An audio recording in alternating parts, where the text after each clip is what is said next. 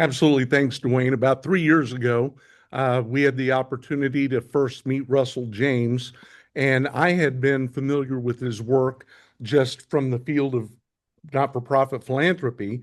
And I thought, we got to get this guy before the church. So Russell has a PhD in economics.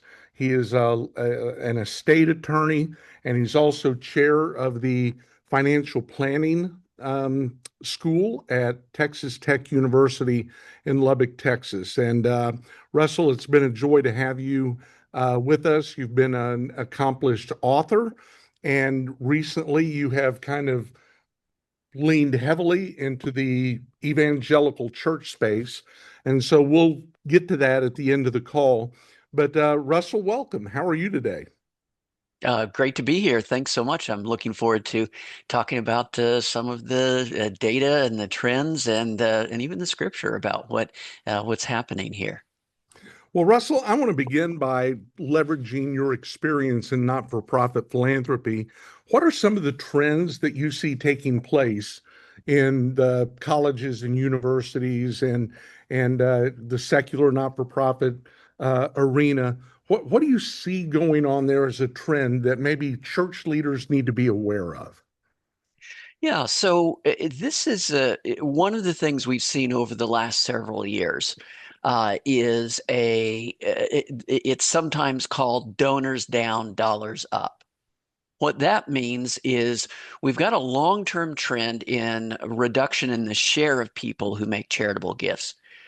The only reason that nonprofits aren't getting sort of buried by that is that there's an offsetting upward trend for those relatively higher end gifts. Now, what's the relevance for the church?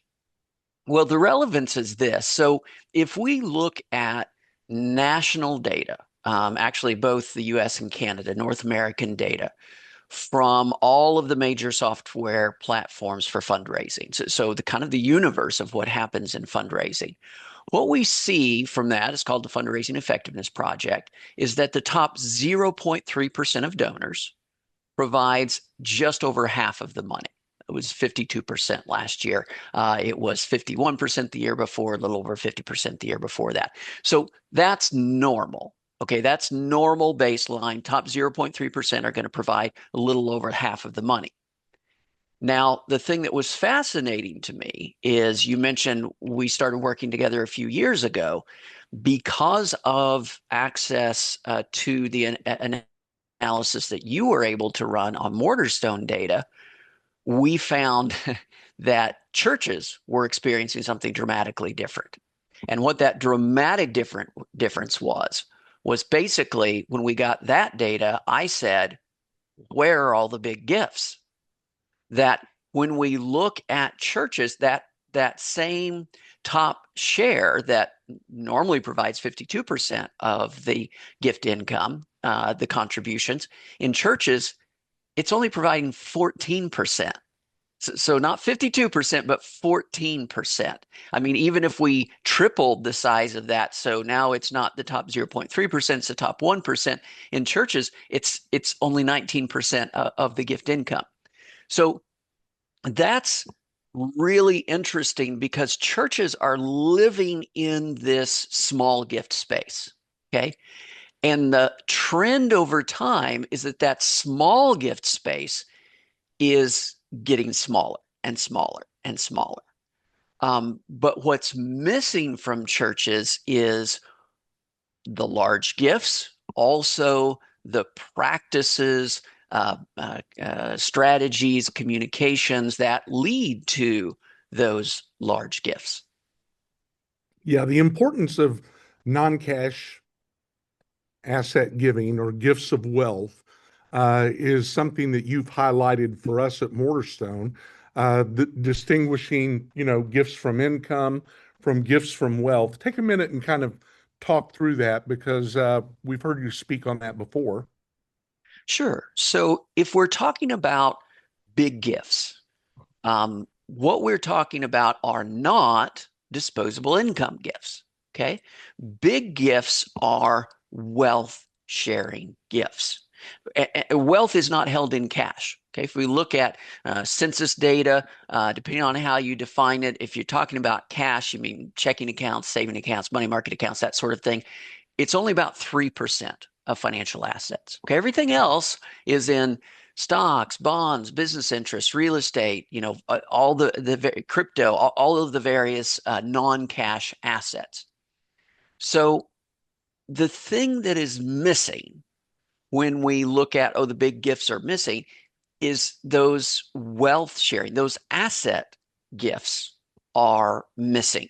Um, so let me throw out a few examples, a few statistics here. So there was a study done on what are called principal gifts, which are larger gifts, Mhm. to every level of college or university, from community colleges to national research universities.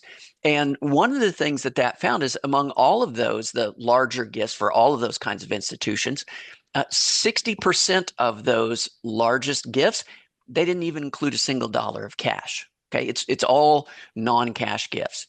So there is a psychological power when we begin having wealth conversations and wealth sharing conversations rather than being stuck exclusively in the world of income sharing or disposable income sharing. Now, income sharing is great. Tithing is great. Wonderful stuff. That's not what I'm talking about here. That's not what's missing. What's missing is the asset sharing, the wealth sharing, the large gifts. Now, I will say that when we look at examples of what do we read in the New Testament, we read not just donor stories, although there are many, many donor stories. Mhm. We read asset donor stories. So just to kind of give you a quick example, okay, so let's say we look at Acts 2:45, right? And they would sell their property and possessions and share them with all. Or if we go to Acts 4, where it's talking about from time to time those who own land or houses sold and brought the money. Now, those two verses, those are four different words for asset gifts. These are not income sharing gifts. These are asset gifts. And even when we read later about Joseph, who was called Barnabas, who owned a tract of land and sold it, that's actually a fifth word for an asset gift. So the point is, whether we take those five words or Mary of Bethany, who was making a gift of perfume worth a year's wages, that what we're not doing in the churches is having wealth conversations. We might share a donor story, but we're not sharing asset donor stories. And because we're not sharing asset donor stories, we're not normalizing asset sharing, we're not normalizing wealth sharing.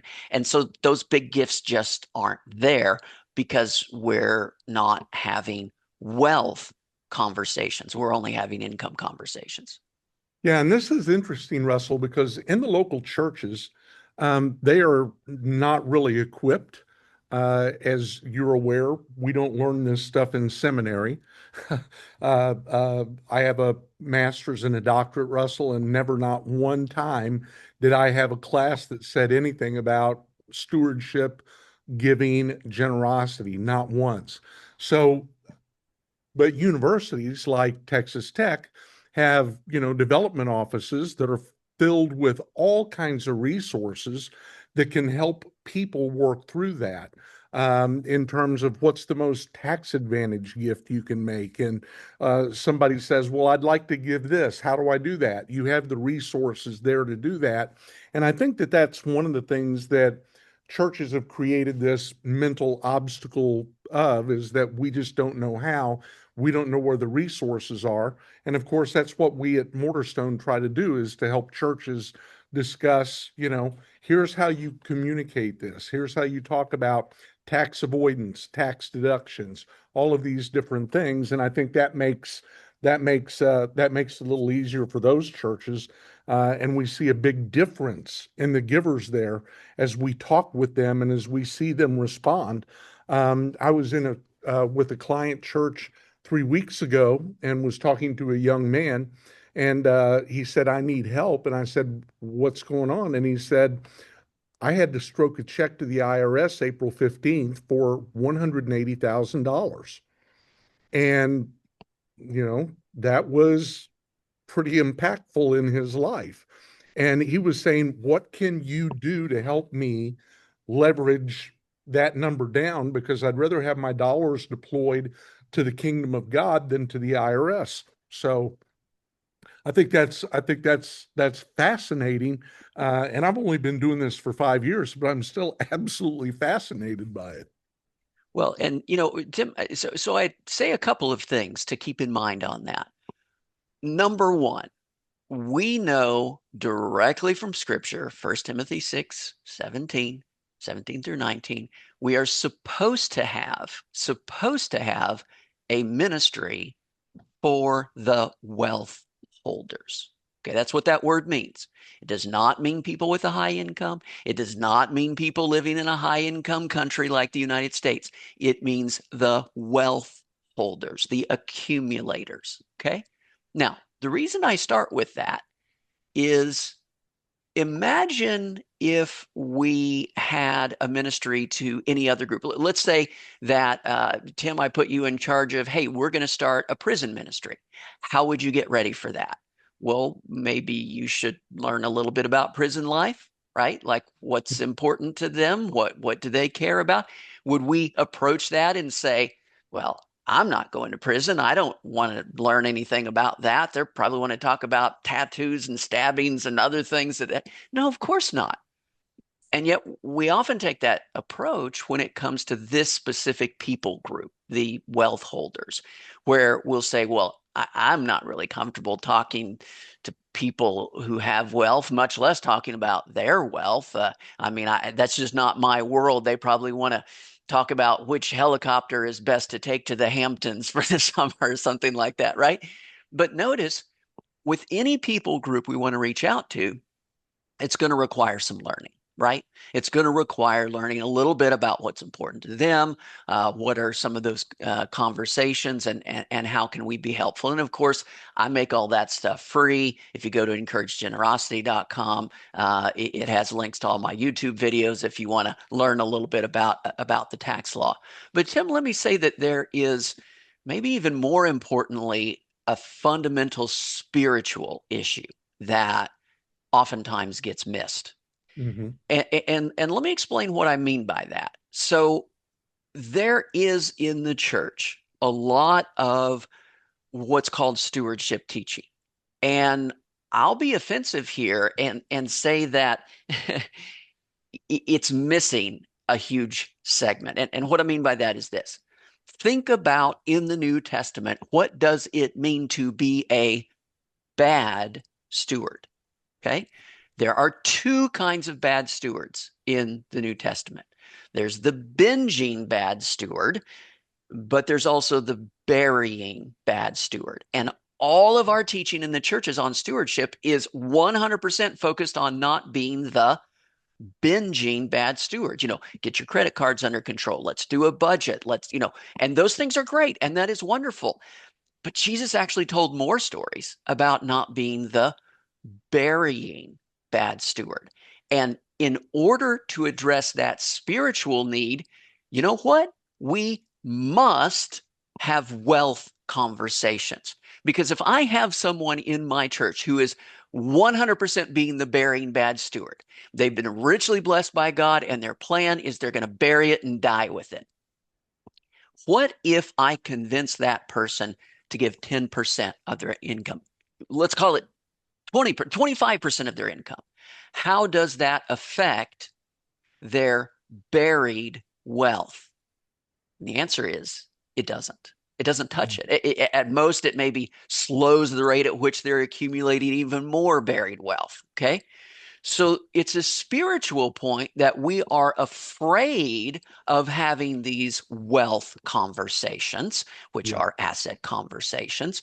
And that's not just showing up in the fundraising results, but there's a deeper spiritual concern where we are not addressing this spiritual need of having these asset conversations. And so that's why a lot of my teaching, we just walk through First Timothy 6 and what it says about wealth and the things you can do with wealth, which basically come down to four things. You can binge with it, you can bury it, you can toil to bury even more and die with it, or you can enjoy it. And actually, it talks about all the different ways we can enjoy it that are ways where we use it to do good, to be rich in good works, to be generous and ready to share.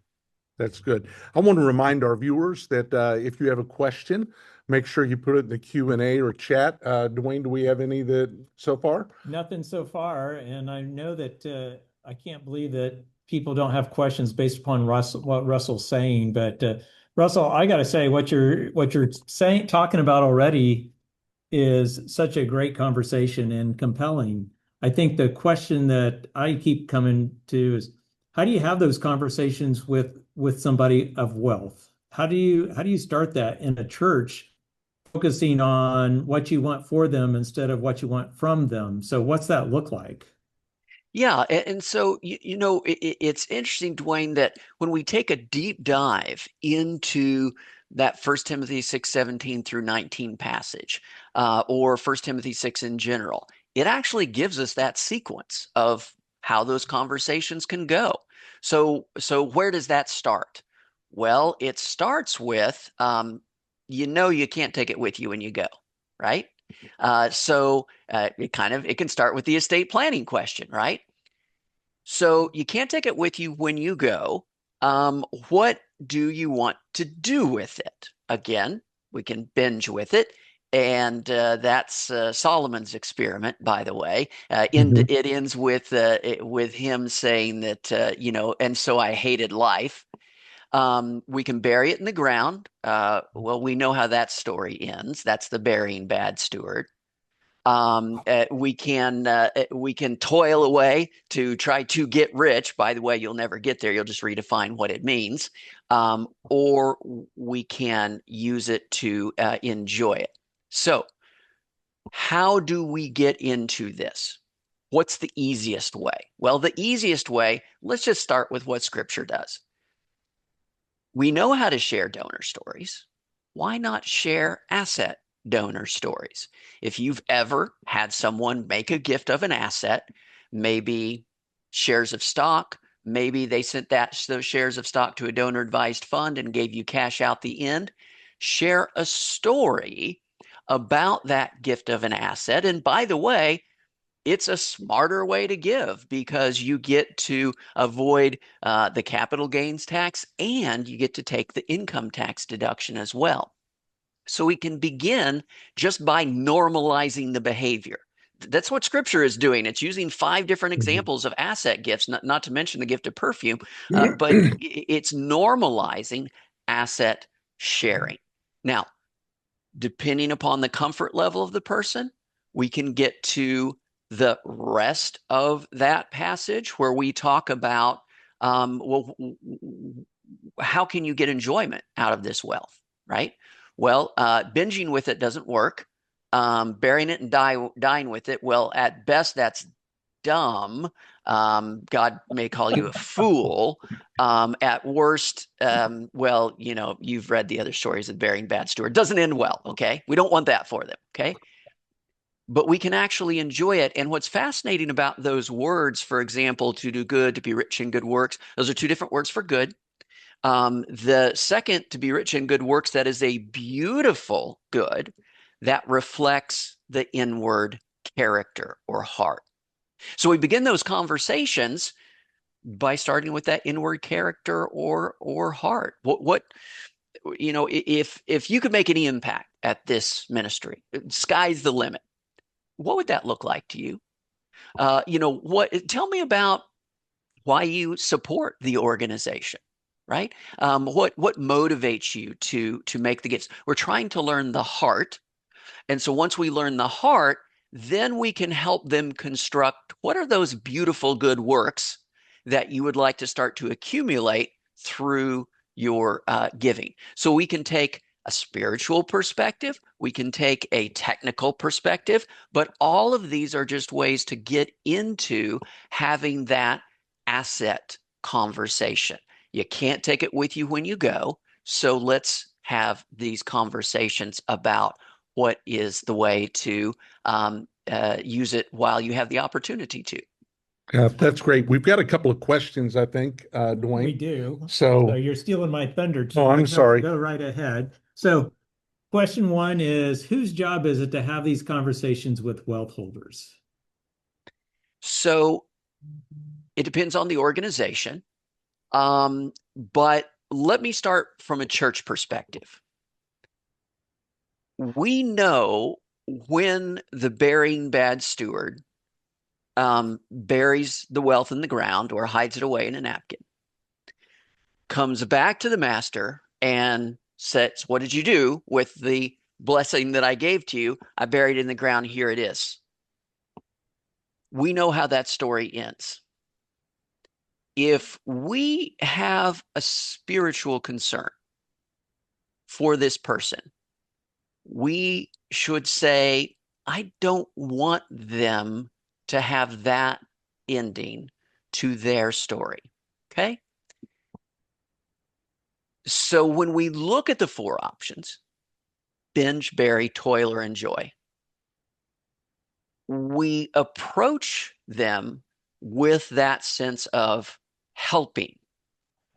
Because if they are in this special subgroup, the accumulators, the wealth holders, we know that special subgroup has a specific temptation.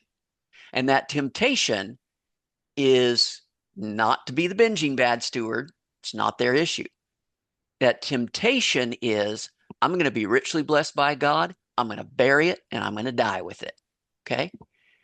If we care about that person, then it's worth it to say, I'm going to start having these conversations. Now, here's the tough part for preachers. This is a special ministry to a special group. It's not for everybody. It's for the wealth holders. Okay. And just in the same way that James warns against, if two people come into the church, we don't say break them apart and say, oh, you need to be down at the footstool because of your wealth category. You need to be up here because of your wealth category. James is reacting against splitting apart the fellowship based upon wealth. Paul describes a special ministry to the wealth holder to pull them in to fellowship. In fact, that word where we just read to do good, to be rich in good works, to be generous and ready to share, that word for sharing, that's koinonia sharing. It's koinonikos. Koinonia, that's the fellowship community. It is a way to pull them into the fellowship community through their sharing.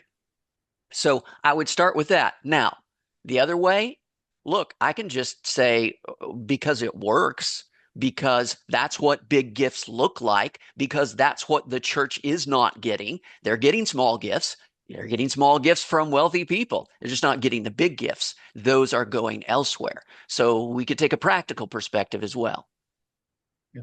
And so, Russell, I think what I'm hearing is one is, as a pastor, you need to have this ministry to the wealth holders. And so whether or not that is you leading it or whether you have somebody on your team who is leading that, somebody needs to be having these kinds of conversations with those people because you care about them is basically what I heard you say. And 100%. So, one of the questions that's here is, are there workshops or creative ways to engage an audience interested in asset gifts? And are those conversations best done on one or in seminars? What's the best way to do that? And Tim, I know you're probably going to have some perspective on that as well, but I'd love you guys both to kind of speak. Go ahead, Russell. So I will tell you everything that I share for free. At encouragegenerosity.com, I have a series called Joyful Wealth Management. So that is super short, super simple. One book called A Christian's Guide to Joyful Wealth Management. And it is to accompany another book that is the Joyful Wealth Management Bible Study Discussion Guide. Okay, so what is that?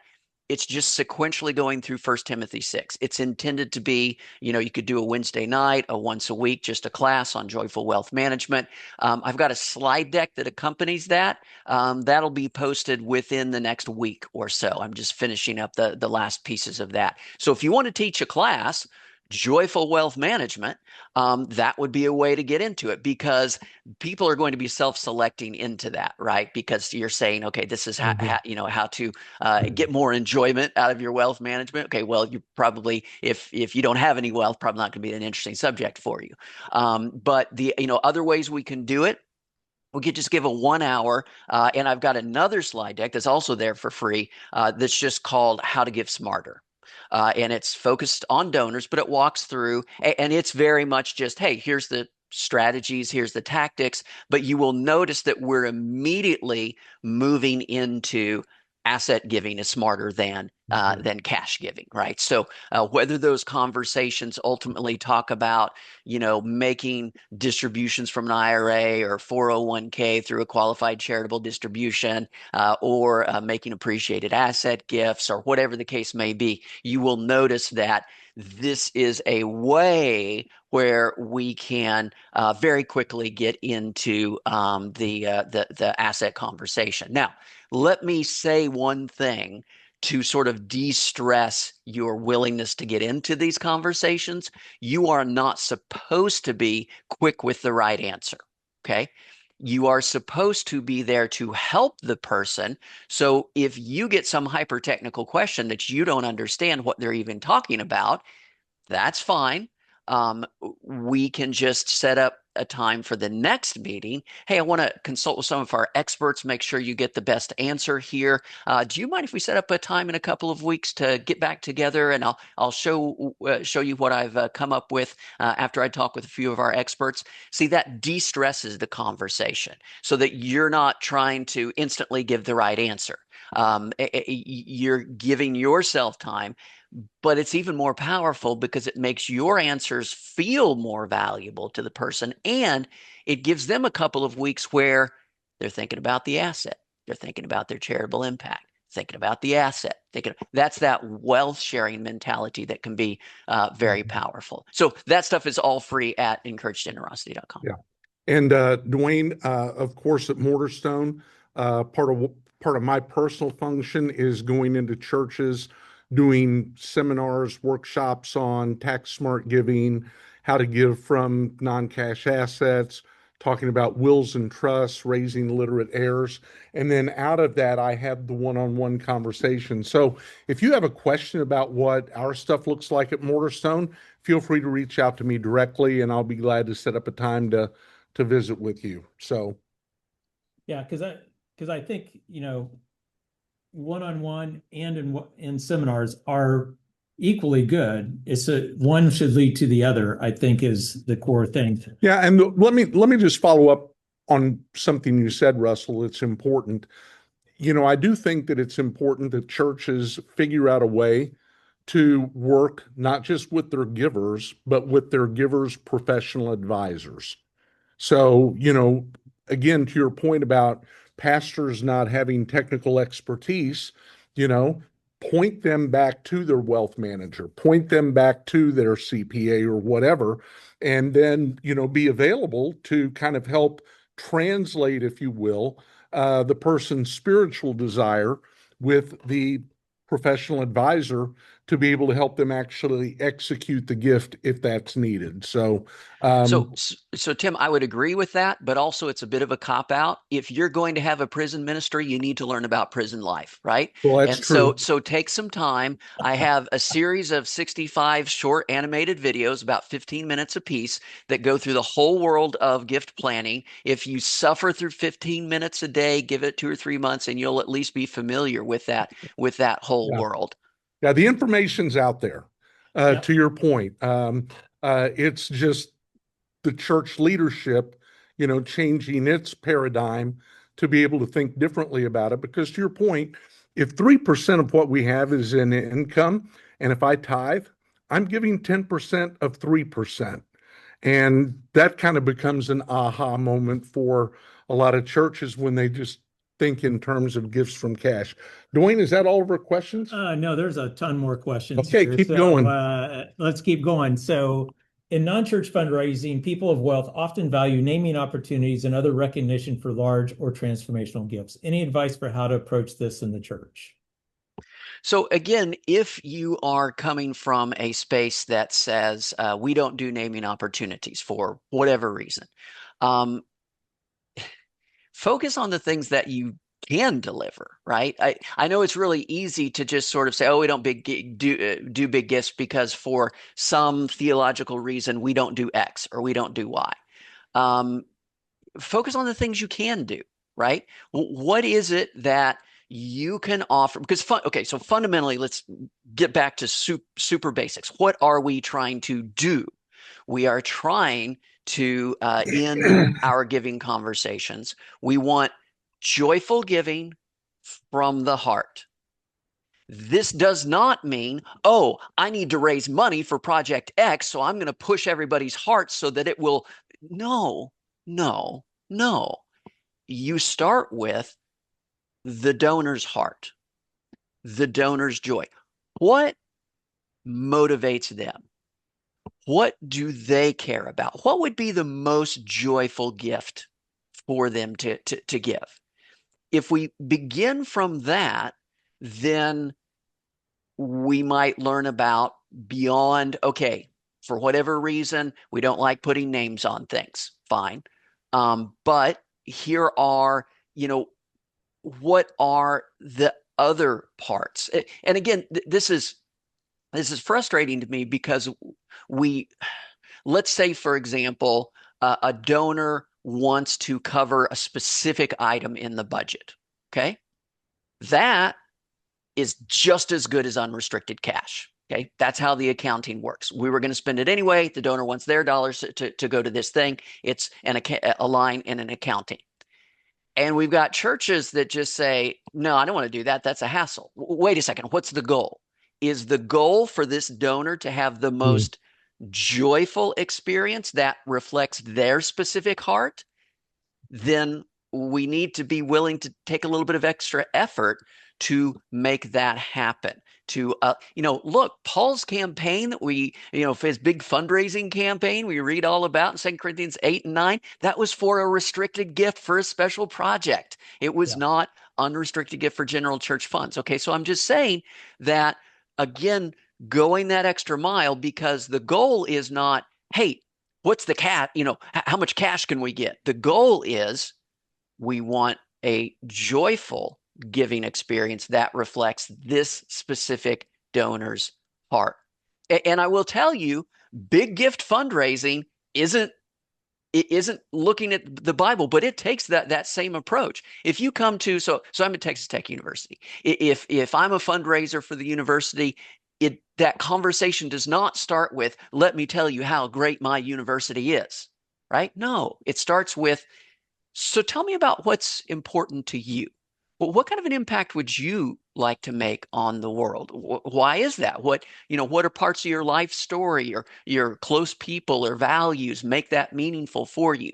Because once I know this is what would be the most joyful gift for you that reflects your heart, I can think of a way that you can use the instrument of our university, of our ministry, to help accomplish part of those goals, right? We're taking a broader perspective on, I'm here to help the donor accomplish their goals, sometimes using the instrument of my particular ministry, but I'm here for the larger conversation about the philanthropic goals of the donor.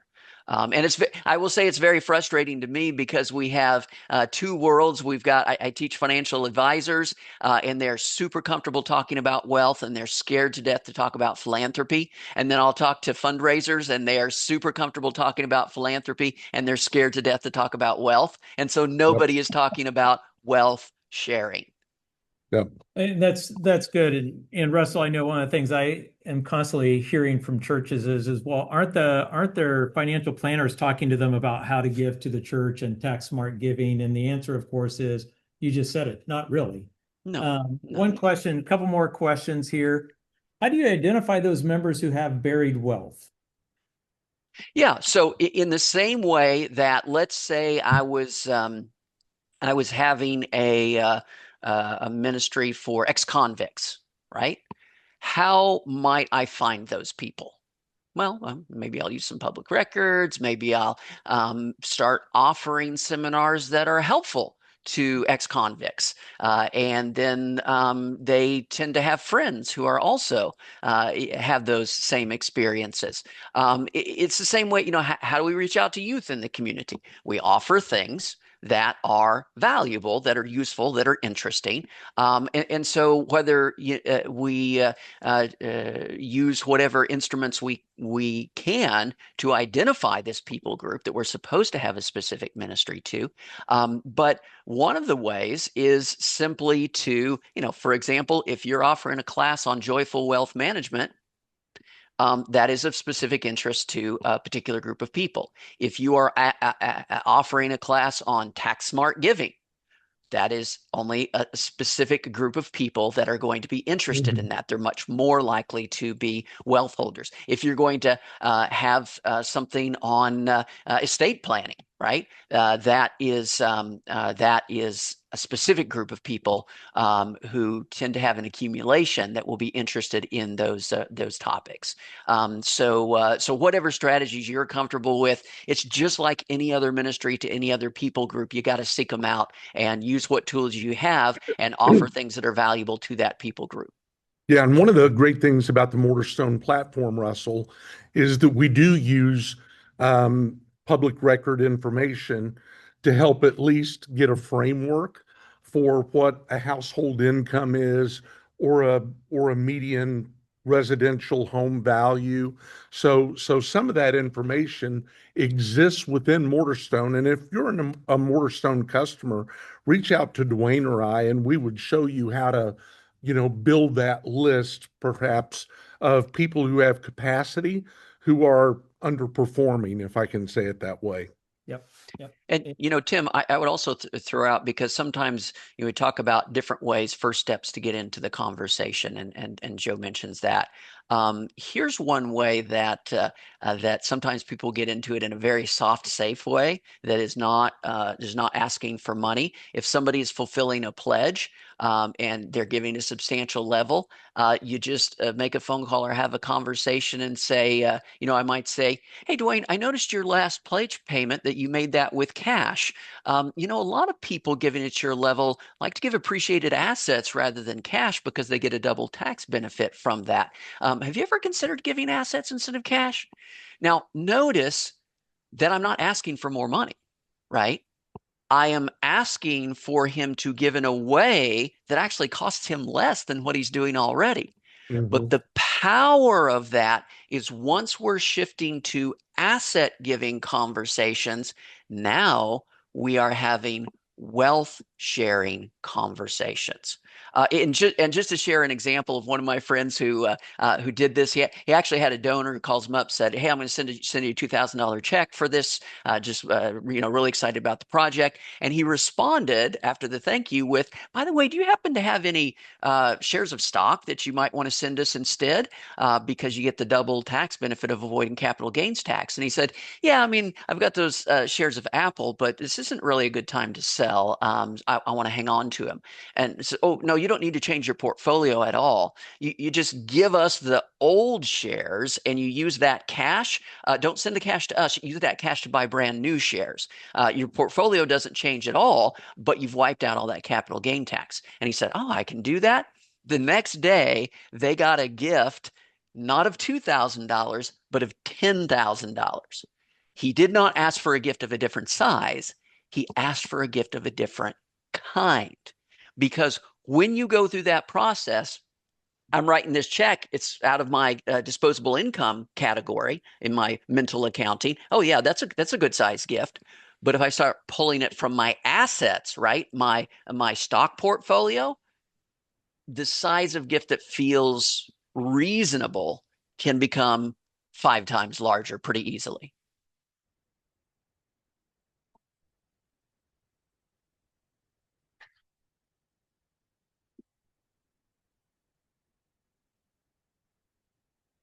I've got you both frozen on my screen and now you're back. So Okay, great. Russell, we Sorry about the missed we temper. missed the last 17 words you said.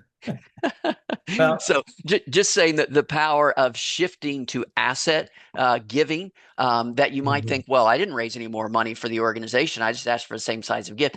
But you're asking for it from assets, and it will naturally grow dramatically better once you've started asset sharing.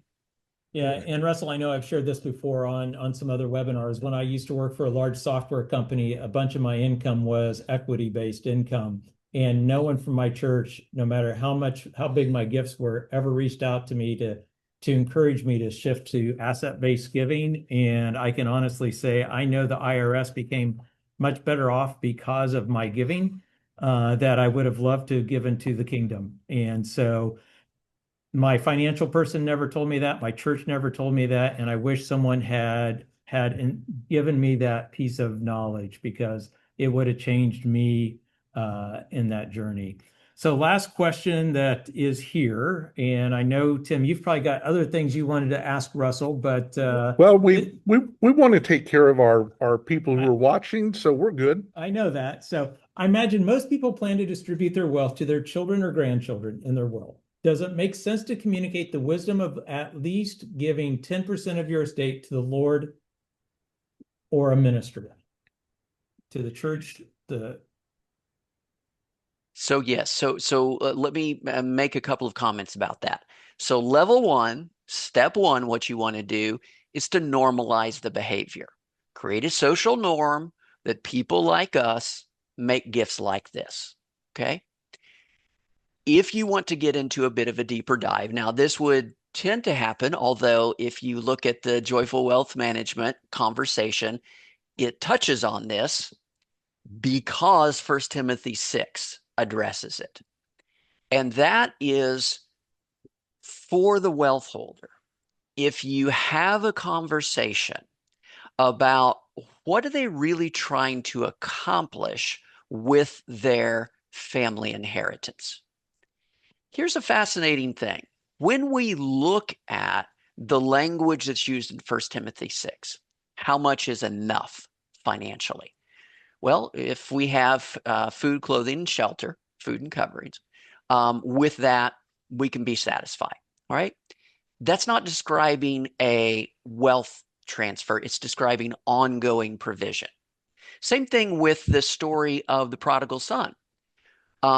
He was given a huge chunk of wealth and he ended up where he's literally saying, I am dying here. He's starving. He does not have enough for financial contentment, right? He does not have food, clothing, and shelter.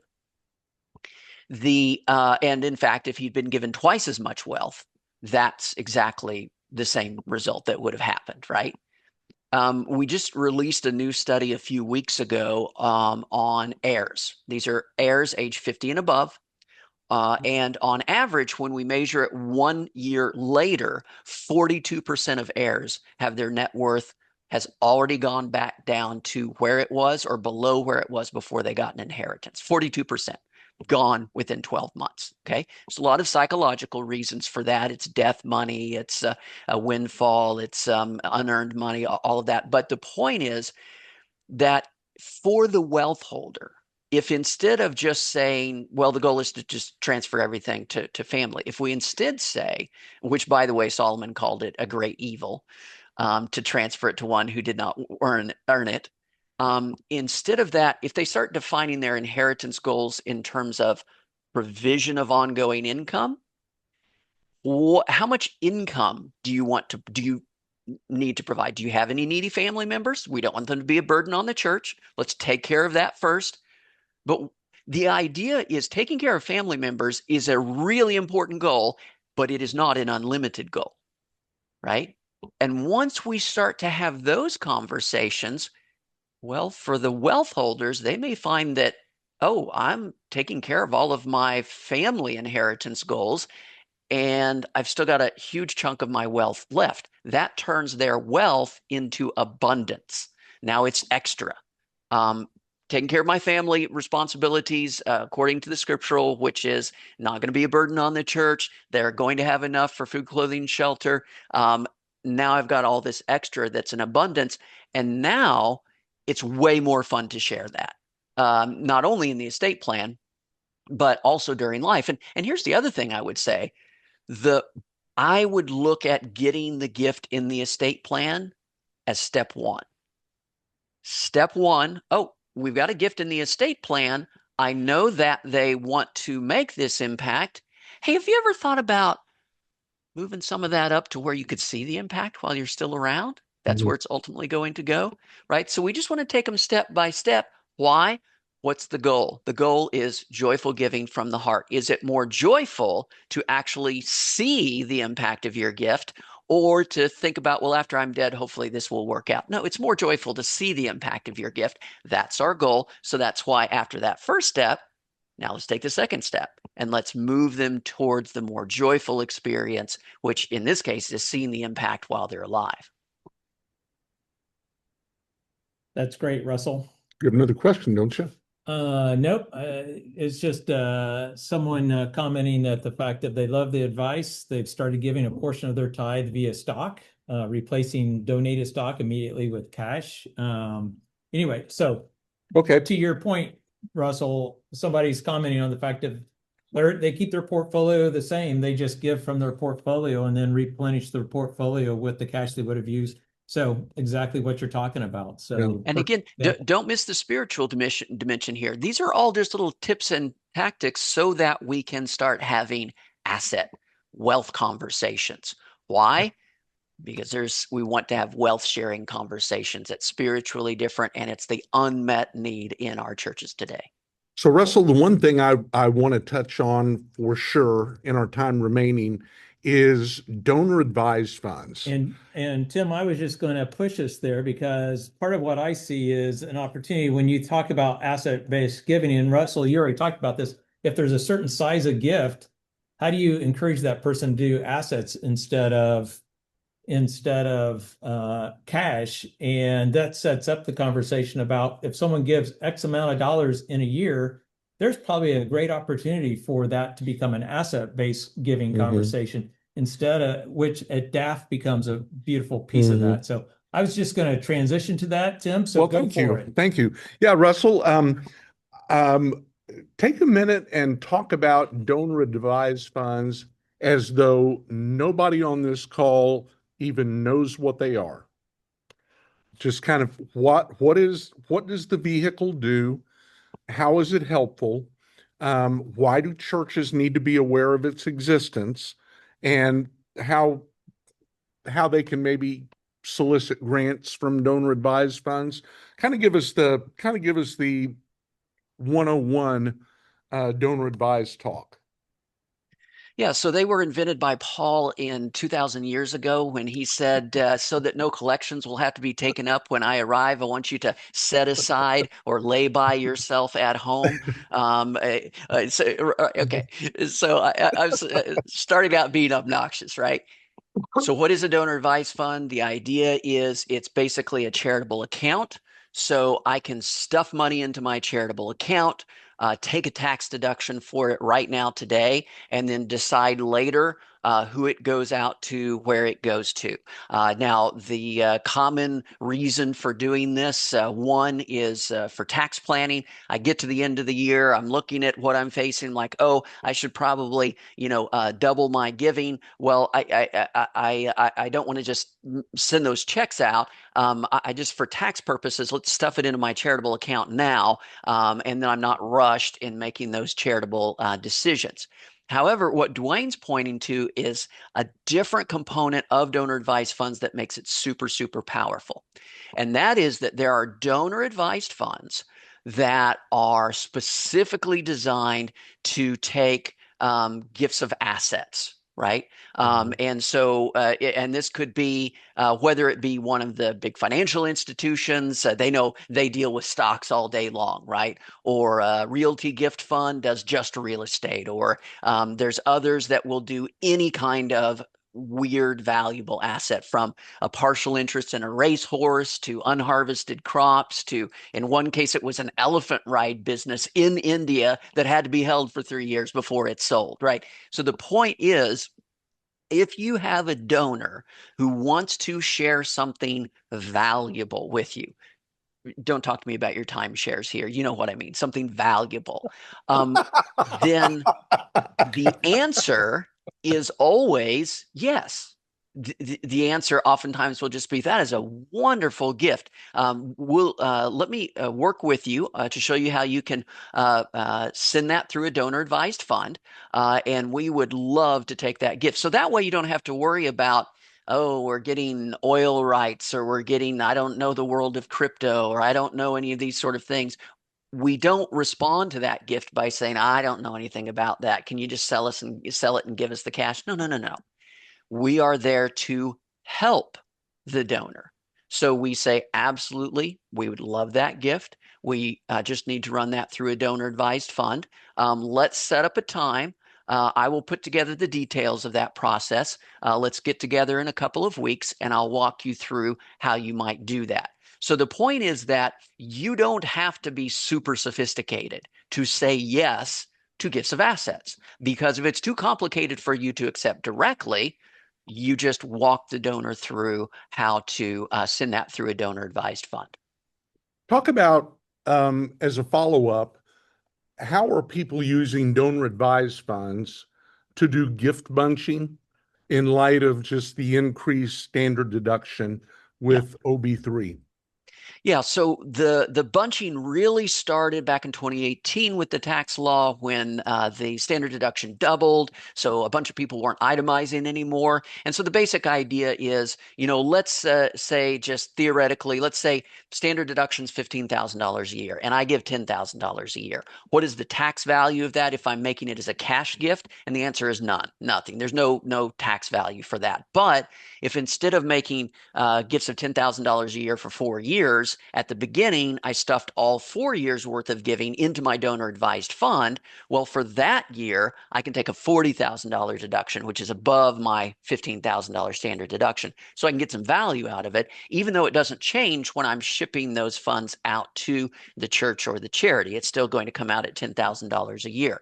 So that was the big motivation. That motivation has now increased in a number of different ways with the new tax law. Now, number one, the standard deduction bumped up again beyond just the inflation adjustments. We got another bump in the standard deduction. Number two, we've got some weird things happening where now each year you take the that itemized that charitable deduction, you're going to take a haircut of 0.5% of your income that doesn't count. Okay.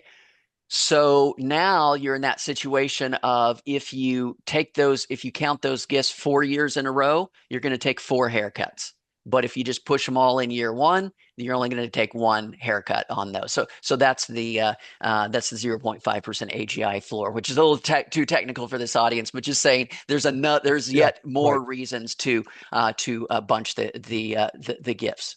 Right. And I have put together a brief brochure that explains donor advised funds. And if any of our viewers would like a copy of that, just reach out to me directly and I'm happy to email that to you. So, Russell reviewed it. So it is Russell James approved Mortarstone collateral. And so you can receive it and consume it with confidence. So, all right. And I will say one last thing, Tim, I forgot to mention is that, and it's linked at the website, but K-Love has put out a podcast called Joyful Wealth Management. And so that's free. If you just go to Spotify, type in Joyful Wealth Management. So you might encourage your wealth holders in the church. Just listen through that. It just goes through 1 Timothy 6, basically, but it's a conversation. Well, Russell, we've only got a couple of minutes left, but I do want for you to talk a little bit about the seminal work of the Biblical Fundraiser. What has been that's been out for close to a year. What has been the reception of that? Yeah, so thanks for mentioning that. For those that aren't familiar, the Biblical Fundraiser has 2 parts. There's the Biblical Fundraiser in Modern Practice and the Biblical Fundraiser in Ancient Words. It is an absurd 4-year project to try to understand one sentence which is 1 Timothy 6:17 through 19, literally one sentence in the Greek, but also all of the related verses that connect to each of those concepts, and basically revealing how this ministry to the rich is given very detailed instructions on how we can have these conversations, how we can approach these things in that. Now, I will say, Tim, that the Biblical Fundraiser in Modern Practice, helping Christians enjoy their wealth, that one sells at about 9-to-1 versus the Biblical Fundraiser in Ancient Words, which is the opposite of my interest. I'm just interested in the Hebrew and the Greek and all of that, but apparently that's a smaller audience that may just be Tim Dietrich and I. But anyway, the interesting one is, okay, this is what the words mean. Now, what do we do with it? Right. And so yeah, this has been a really interesting journey. And I will say what I am finding in general is that fundraisers for large Christian ministries, 100% easy connect. They do this sort of thing all the time because they're having wealth conversations. And when I start talking to stewardship pastors, I realize, like, oh, wait a second, we need to start at basics that I'm Mhm. like, for example, I'll talk about, okay, we need to be having wealth conversations, not income conversations. And then I'll get a story back about, yeah, I had somebody that got a big bonus at work and then they gave us half of it. Isn't that great? Okay, that's great, but you don't understand. This is not a wealth conversation yet. This is, because it's so much, the church world is just so married exclusively to income sharing, which income sharing is great, but just it's almost like a different planet to say, look at the scriptural examples. These are all asset sharing examples. How many asset sharing examples are you giving in your church communications compared to what we see in the church? Mhm. Yep. Yeah, absolutely. And Russell, I put the 2 links for both of those books into the chat just now for anyone who wants to go grab them from Amazon.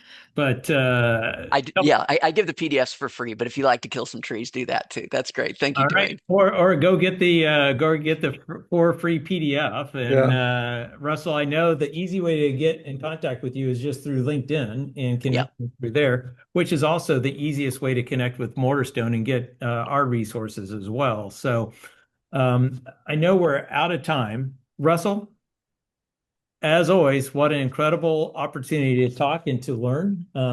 Really appreciate your dedication to actually studying God's word to see how we should live and how we should lead in this conversation. And so, Russell and Tim, thank you guys both, and Welcome. appreciate everyone joining us today. And this recording will be made available for you to share with others, as well as send out. So please share it, talk about it, but most of all, lead this way.